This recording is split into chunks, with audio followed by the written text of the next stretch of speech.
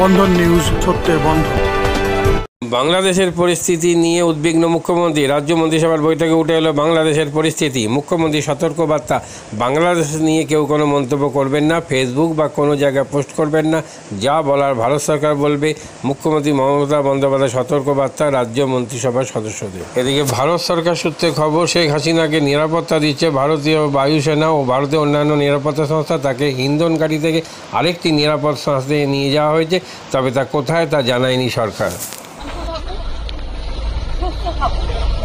কেউ কোনো সাম্প্রদায়িকতার মূলক আচরণ করবেন না এবং আইন হাতে তুলে নেবেন না।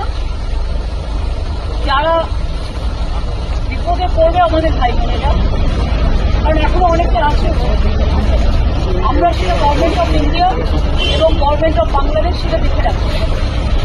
গভর্নমেন্ট অফ ইন্ডিয়া যেভাবে বলবে আমরা সেভাবে করব। আর আমি সমস্ত পলিটিক্যাল পার্টি লিডারদের অনুরোধ করছি এবং বিশেষ করে সমস্ত জগতের সবাইকে, দয়া করে এমন কিছু পোস্ট করবেন না যাতে কোনো সাম্প্রদায়িক সম্প্রীতি এখানে নষ্ট হয়। এবং সব দলের নেতারাই তাদের বলবো, এটা দেশের ওপর ছেড়ে দিন, দেশে আমাদের সরকার আছে, তাদের উপর ছেড়ে দিন। গণভবনে ছেলেবেলা শুরু হয়েছে, আমাদের দখলে গণভবন, গণভবন আমাদের দখলে, গণভবন আমাদের দখলে।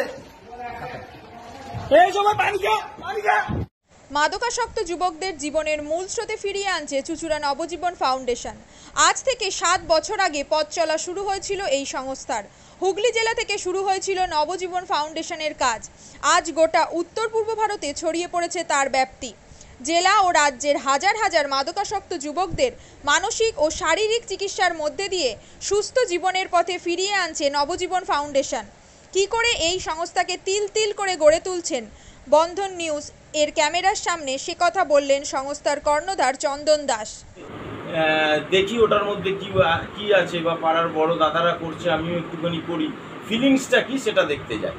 এবং একটা সার্টেন টাইমের পর কি হয়, সেটা ফ্রিকোয়েন্সিটা তখন অনেক বেশি থাকে, গ্যাপ থাকে যখন শুরু করে।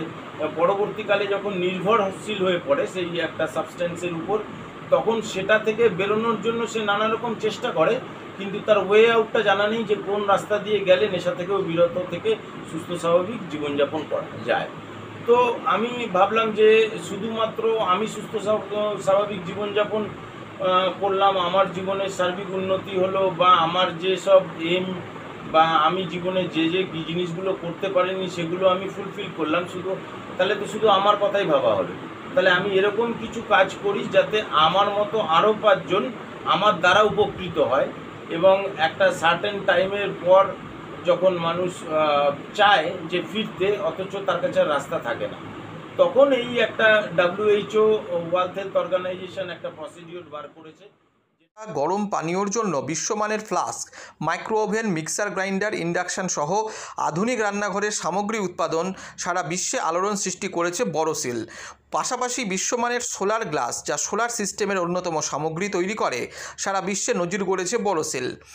দেশের বাজারে পাশাপাশি বিশ্ববাজারেও সব প্রতিযোগী কোম্পানিকে পিছনে ফেলে এগিয়ে চলেছে ভারতের বড়সিল। রাজস্থানের বড়সিল কারখানায় 1200 মহিলার কর্মসংস্থান হয়েছে। প্রতিদিন রাজস্থানের প্রত্যন্ত গ্রাম থেকে ওই মহিলাদের গাড়ি করে কারখানায় নিয়ে আসে কারখানা কর্তৃপক্ষ। তারা বড়সিলের বিশ্বমানের প্লেটের ডিজাইনে কাজ করে। দিনের শেষে তাদের গাড়ি করে বাড়ি ফিরিয়ে দেয় কারখানা কর্তৃপক্ষ। কর্মসংস্থানের এই বেনজির দৃষ্টান্তের জন্য বড়সিল কোম্পানিকে কুর্নিশ জানায় ভারতবাসী।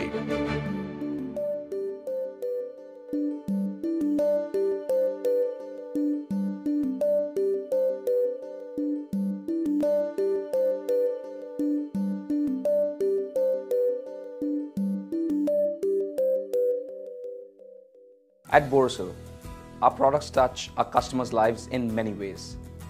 Our philosophy is simple: understand the evolving needs of our customers and deliver solutions to meet them.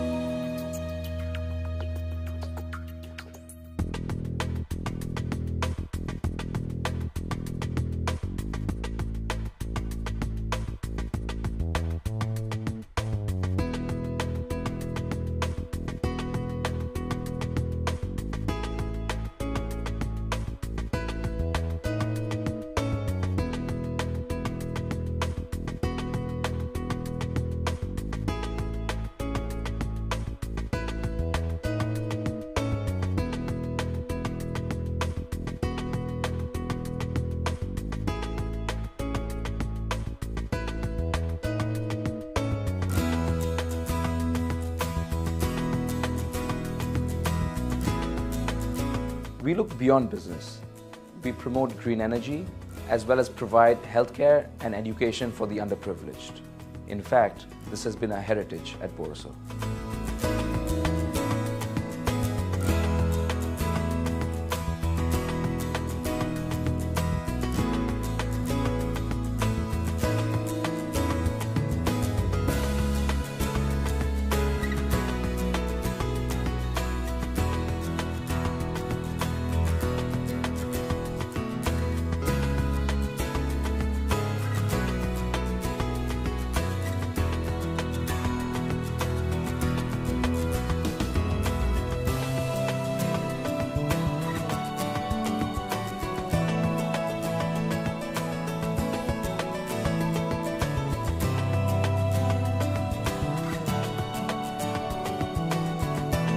Our products are developed with innovation and thought. It is technology emboldened by the human spirit.